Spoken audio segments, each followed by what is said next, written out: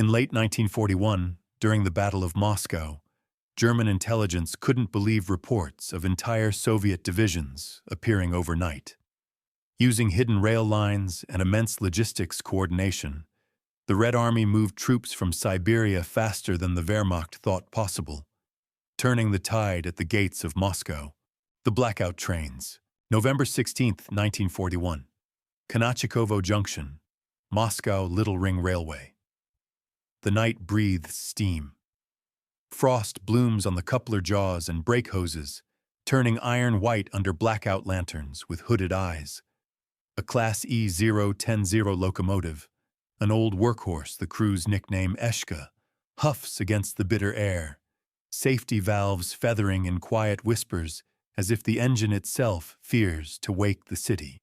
Captain Yegor Sokolov of the Soviet railway troops, 34, cheeks raw with windburn, a threadbare greatcoat that still smells faintly of coal tar, steps from a plank platform to the ballast, bending to feel the rail with gloved fingers.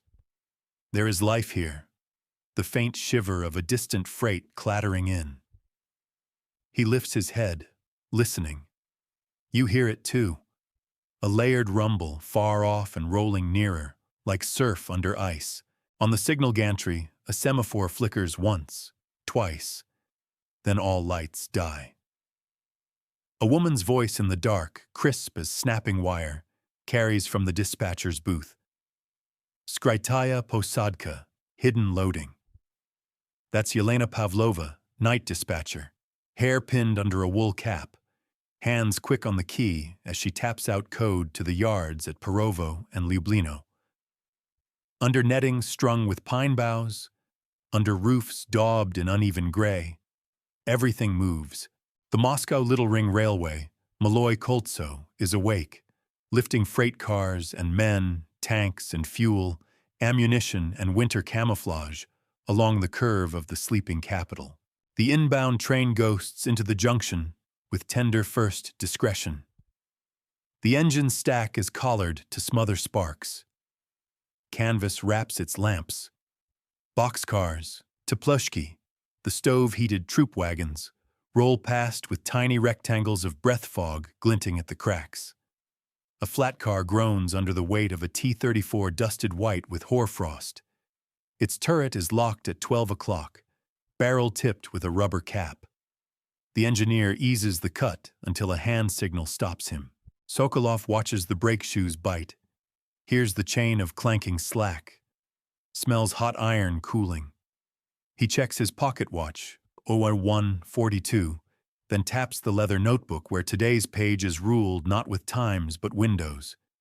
6 minutes to uncouple, 8 to roll the cut to the shielded spur, 9 to load the ZIS-5 trucks waiting in a grove of dark birches. There will be no whistles, no shouted orders. There is only the timing. Inside one of the Teplushki, Private Arseny Dorofeyev of Krasnoyarsk wakes to the halt, forehead cold from the wood-planked wall. The little cast-iron stove at the car's center glows dully, its stovepipe threaded through a hole cut by some earlier unit. Someone has brewed tea in a dented pot, and the car smells like wood smoke and gear oil. Dorofeyev gropes for his Mosin Nagant, checks the bolt by touch, then pats the canvas-wrapped bundle that is the closest thing he has to home.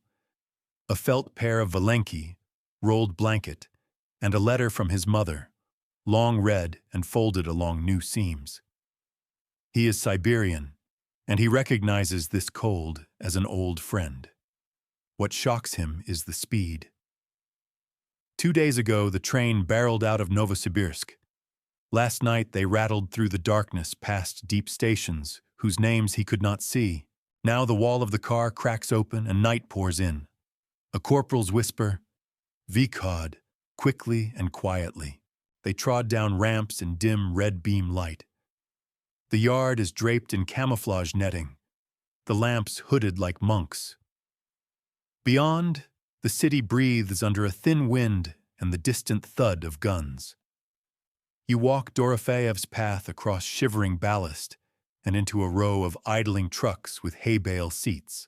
Men from the 316th Rifle Division, Panfilov's men, clamber aboard, faces tucked into scarf folds, eyes narrowed. Sokolov signs for the load.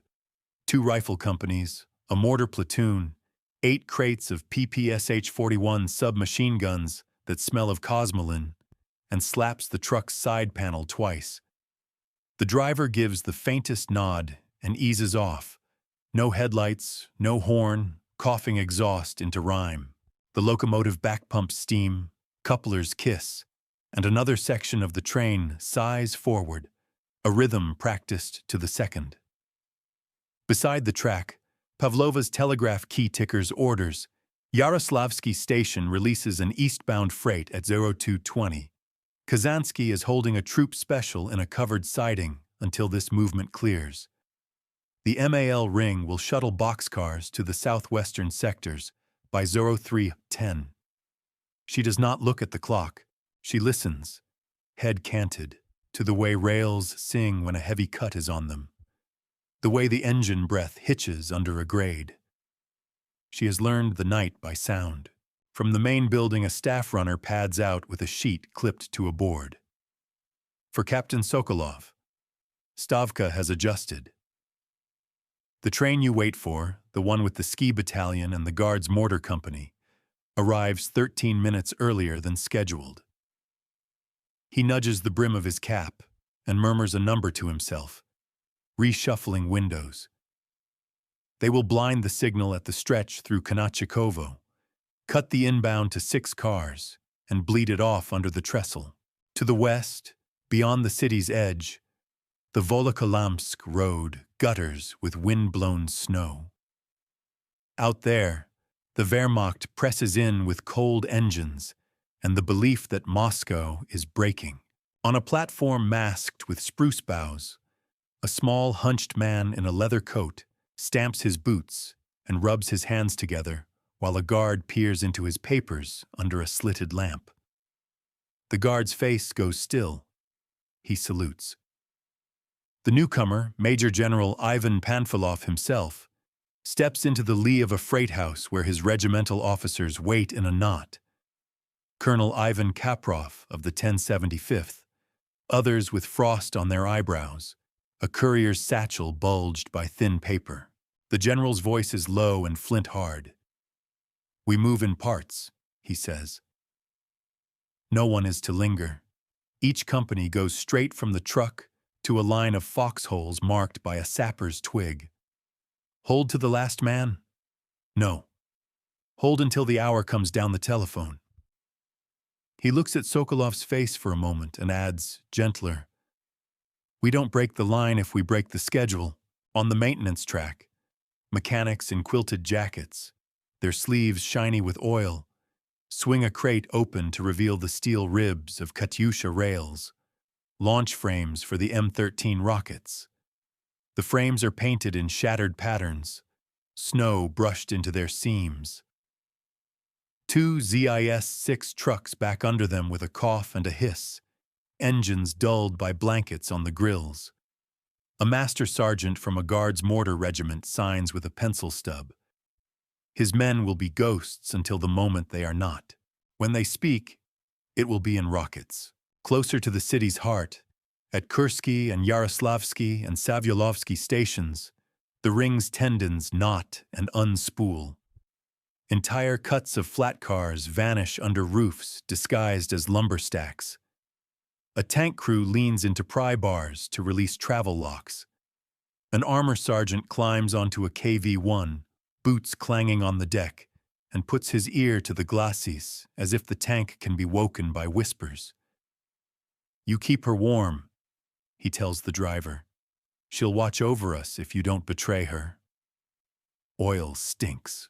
The driver cranks, and the big diesel turns over, grinding, then catching with a cough that sends a coil of breath from the exhaust, like a dragon curling its tongue. Sokolov moves like the second hand of a clock, ticking from one crisis to the next. A coupler pin frozen in place until a sledge persuades it. A telegraph wire that begins to sing in the cold wind and threatens to snap. A line of men whose eyes are too wide and whose hands can't hold their rifles for the shake. He stops, wordless, and cups one conscript's hands in his own through the gloves, breathing warmth into them. "They're ready," he tells Pavlova, and she nods already, listening to the rail. Somewhere beyond the city, west around Volokolamsk, north near Klin, across the Moscow-Volga Canal at Yakroma, German officers squint at maps and draw arrows that sink into snow. They do not know this junction, this net, this tunneled quiet where trains roll as if the ground itself is moving. In their orders of battle, the Soviet Western Front is bled white and gasping. In their diaries, they will write that the enemy can have no reserves left to speak of. But listen, under your boots the ballast hums again. Another locomotive, another cut of cars, another division that is nowhere on their lists and somewhere on these rails. At 0308, the last truck noses out of the birch grove and sinks onto the road, a line of dim shapes bound for the western arcs. Sokolov glances at Pavlova. "Close the shutters," she says. "Blow down." The engineer cracks the drain cocks and a sigh of steam expires low and white on the ground. The gantry stays black. The engines, the men, the rails go still and cold. You feel it in your chest, the moment when a secret holds its breath. Then, faint as rumor, somewhere to the east, a whistle gives a single curt note, the signal of arrival. The night takes it in and says nothing. The realization, November 27th, 1941, Army Group Center Headquarters, Smolensk. The headquarters building is a former institute with chalk dust still trapped in the floorboards. A field telephone rings with the tired insistence of a mosquito. Field Marshal Fedor von Bock bends over a map that looks more like a winter sky. White field, black roads, a few blue pencil streams stiff with ice. General staff officers in gray high collars move like chess pieces from table to table. Under a window pane filmed with frost, a signals officer in wire-rimmed glasses flips through intercepts that smell of damp paper and nicotine. He is Oberstleutnant Weber, and the lines in his forehead have deepened each day the snow has brightened. "Report from LVI Panzer Corps," a staff captain says, tapping the board with a pencil. "Fresh resistance at Klin, not the remnants we expected. Submachine guns in quantity. Ski troops." The man's mouth twists. "Siberians, they say. A colonel from Fremde Heere Ost, Foreign Armies East, shifts in his chair and clears his throat. "Unlikely," he says carefully. "The Siberian Reserve would be pinned by the Japanese threat. Our estimate? The enemy is refurbishing wrecked formations near Moscow with students and militia." He does not name his source. Estimates have a way of becoming orders, and orders, after enough cold nights, become legends. Out beyond headquarters, in the white-fanged woods along the Moscow-Volga Canal, Oberleutnant Otto Weiss lies behind a pine stump that has sucked a sap-dark hole in the snow. He has a Zeiss binocular lifted to his eyes, and the glass stings his face where the metal touches skin. The water below is a band of slate, skinned with ice at the edges, and the air tastes like iron. His Panzer III idles 2 trees back, engine grumbling unhappily in the cold, as a crewman with red fingers works a hand pump to force oil through half-frozen veins. Somewhere to Weiss's left, a MG-34 strings a single, petulant burst into the woods. You tilt the binoculars with him. Nothing moves. Then everything does. Across the canal, like a picture resketched in charcoal, white smocks stir under white branches. A man sits up where there was no man, shakes the snow off his shoulders, and a column unfurls. Ski points gliding, submachine guns slung across chests like musical instruments. Their faces are rapt, but their eyes are narrow and certain. Weiss murmurs into his throat microphone, "Frische Kräfte," fresh troops. He does not say from where. He tracks with the glass and catches a glint. Not the steel of a German helmet, but the dull black of a PPSH-41 drum. He's seen them before, at Yelnya, at Vyazma, but not in these numbers. A mortar tube follows on a polk sled, and behind that, too far to be sure, the low silhouette of a tank with tracks that sit wide and flat on the snow. The image is a rumor-made machine, T-34. At 10:10, a courier on a motorcycle thick with frost slams into the HQ yard, boots off, helmet still buckled. He thumps a dispatch onto von Bock's table. Reconnaissance north of Lobnya reports the same. The field marshal reads aloud, color rising in his cheeks. Units identified by numbers unknown to us. We had Kuznetsov there yesterday. Today they are something else. He looks up. How? Around him, the word rail hangs unspoken, because the railways inside the city are meant to be a tangle of wreckage and snow, bombed and shelled and flooded with refugees. In a forward Koruk billet by a half-frozen rail spur, a German railway officer frowns at a set of aerial photographs taken under a lid of gray cloud. The images show Moscow's outward stations, Kursky, Kazansky, Yaroslavsky, sullen and quiet under camouflage.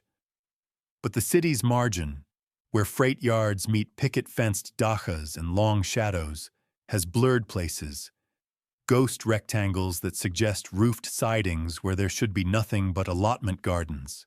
He traces a finger along a faint ring, a thin white curve running inside the city like a concealed scar. He frowns harder. The film is grainy, the cold distorts the lenses, and the Luftwaffe had other targets yesterday.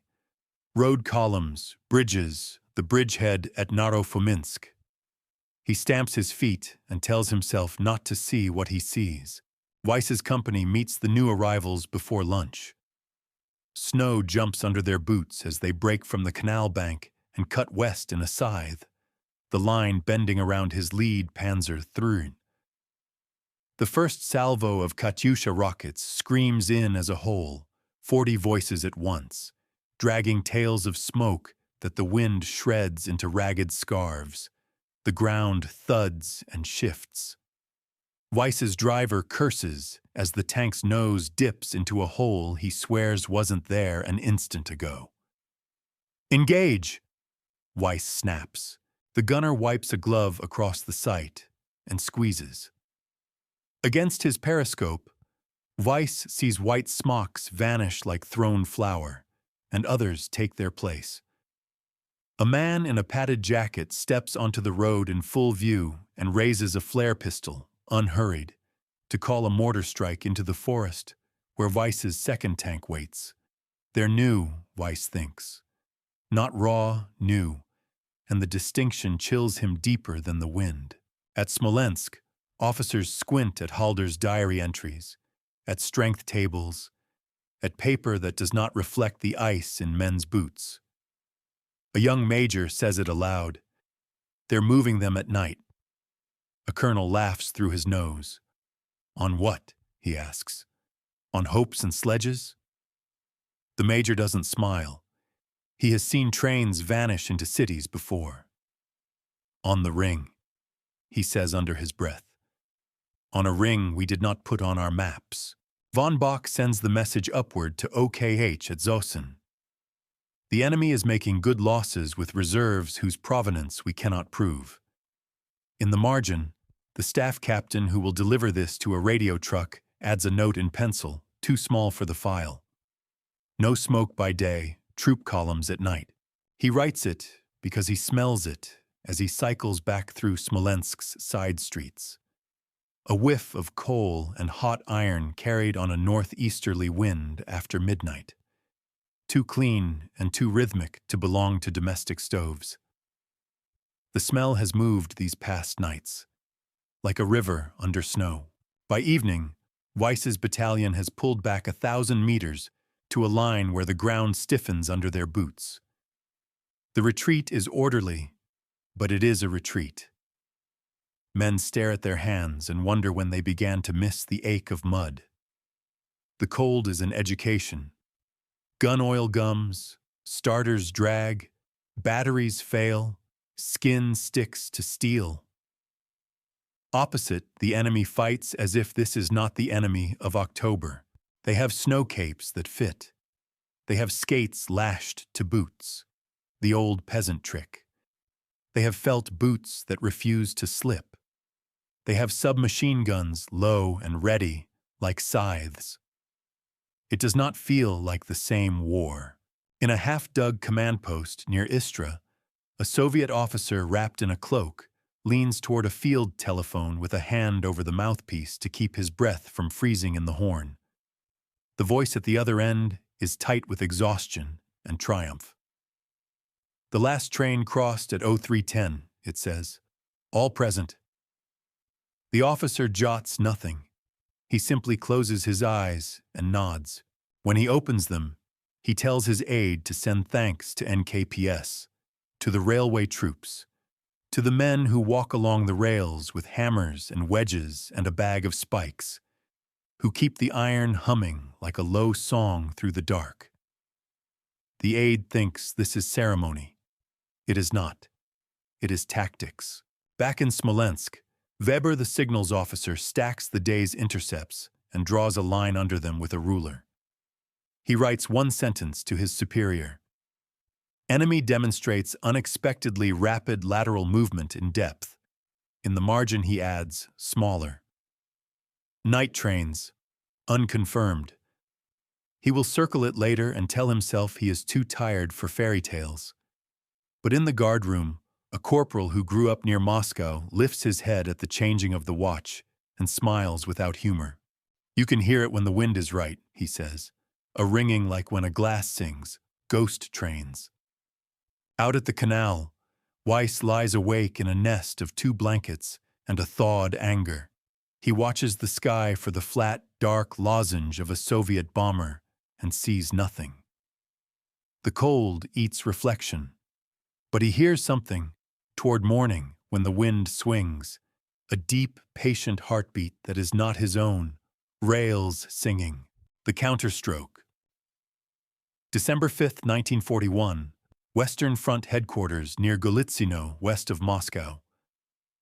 The room smells of wool and cold coffee. The map is the land. General Georgy Zhukov stands with his hands behind his back, shoulders slightly rounded under the weight of a greatcoat that's never been quite warm enough. His staff, red-eyed, hover in the map's margins. Telephones chatter with the fatigue of 100 nights. Outside, snow drifts lean against sandbagged walls. Inside, breath smokes. The clock's minute hand is heavier than the hour. You feel something in the air, like pressure before a storm. Only this storm will move from the ground up. At 0600, Zhukov says, voice low, we strike along the whole front, Kalininsky, Western, Bryansk. Names cross the room like bayonets. Klin, Solnekhnogorsk, Istra, Narofominsk, Tula. He touches the map delicately, like a violinist. We hit their flanks. We break the hinge. He does not say what everyone knows. The hinge is the path to the city. The hinge is the thing the enemy believes cannot be broken, because the enemy believes there is nothing left with which to break it. Outside, somewhere on the Maloy Koltso, a locomotive answers with a distant sigh. The last of the night's trains is in. The first salvo of Katyusha fire is like a door kicked in.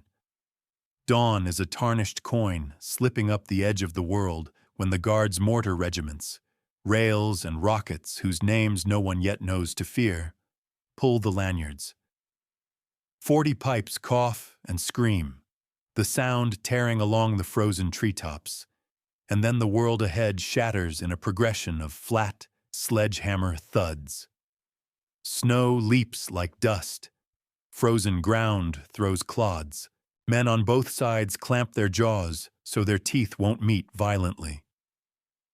After the reverberation passes, there is a moment of iron quiet in which you hear diesel engines turn over and settle, low and sure.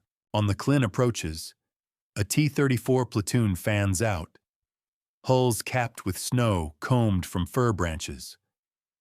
The tank commanders gesture with mittened hands, and the drivers answer with the language of tracks. Sergeant Nikolai Varlamov sees the German line as a paler stripe in the white machine gun smoke crawling in a low-pressure front. He pops his hatch, the cold punching his face, and yanks the signal flag down. Advance.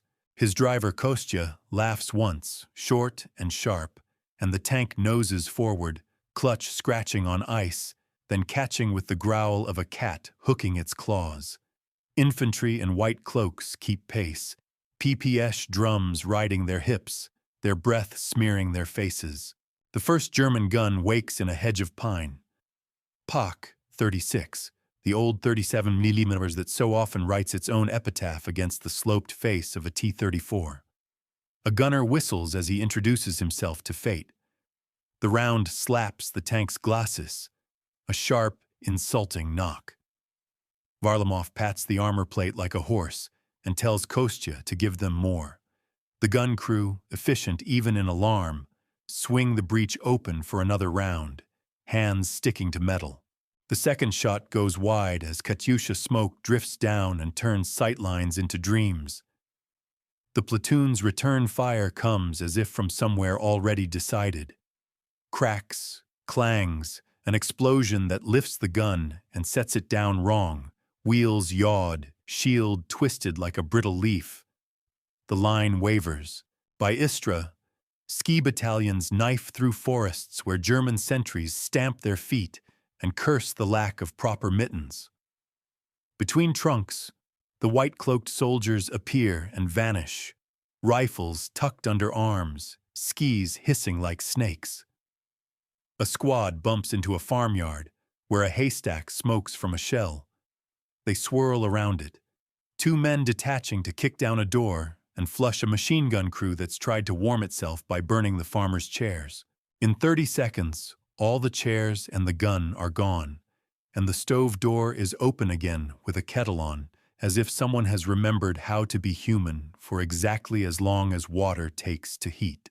Down the Narofominsk road, trucks with canvas tops slap their sides as they hit ruts hidden under the powder.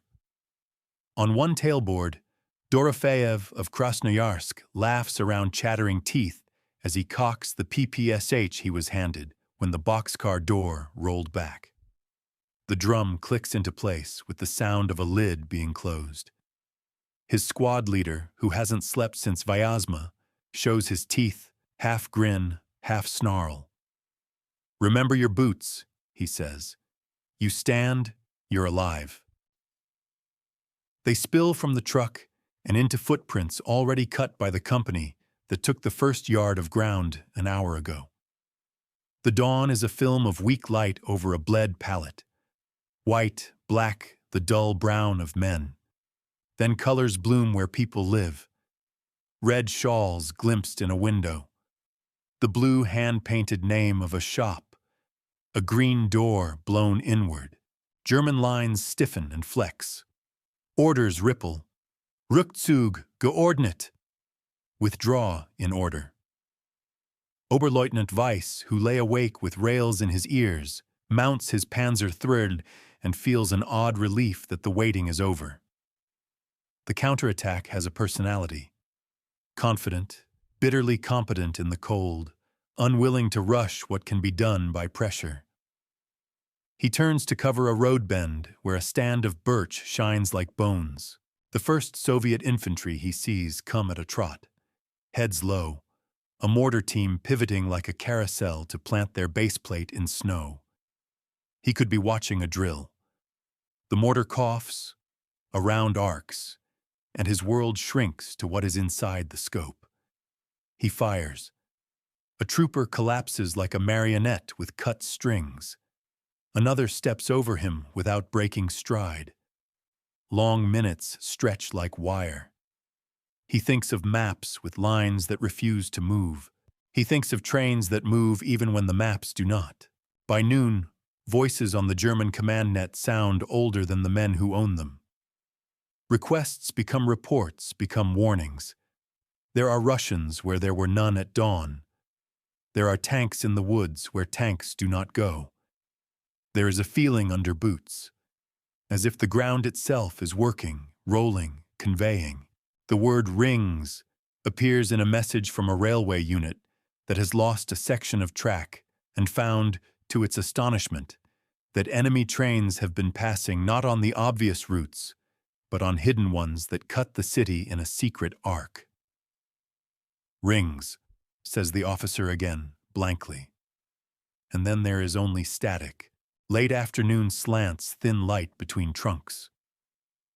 Along the Klin-Solnekhnogorsk axis, Soviet cavalry in gray greatcoats ride into a village at a trot, sabers sheathed, carbines across their laps.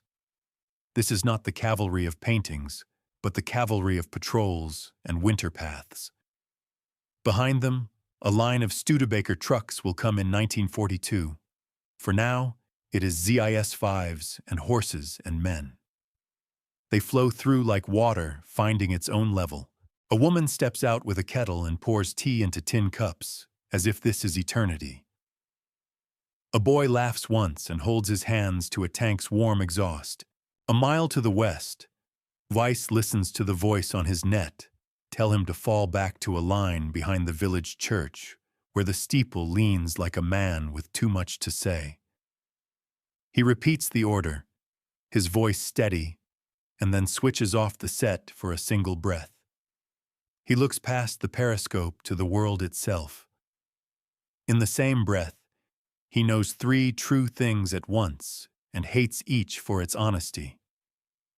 First, the men in white are not a last gasp. They are fresh. Second, they have come by a path he did not guard, because he did not know it existed. Third, the sound he thought he imagined in the night was real. Night remains a partner. As dark comes on, the ring around Moscow moves again, pushing units forward like fingers into gloves already held at the fingertips. Trains ease to a stop in yards that look like abandoned sheds from the air. Boxcar doors open and close on quiet orders. An officer touches a telegraph key and feels the line answer him 100 kilometers away. "We are in position," he says to no one and everyone. We begin. In the HQ near Golitsino, Zhukov pulls a greatcoat close and stands at a door cracked to the cold. The air outside smells clean, like iron and pine and coal. He hears, in a lull between calls, a deep, distant purr. He knows it, though he has never been a railwayman. He smiles once, briefly and without warmth, and goes back to the map to push pins that other men will translate into ice and breath and blood. The counterstroke blooms like frost patterns, first small, then all at once. Army Group Center yields ground it was certain it owned. The city does not fall. The Kremlin's red stars glow faintly through snow, and somewhere on the little ring, the last train of the night, empty this time, clacks homeward to fetch more.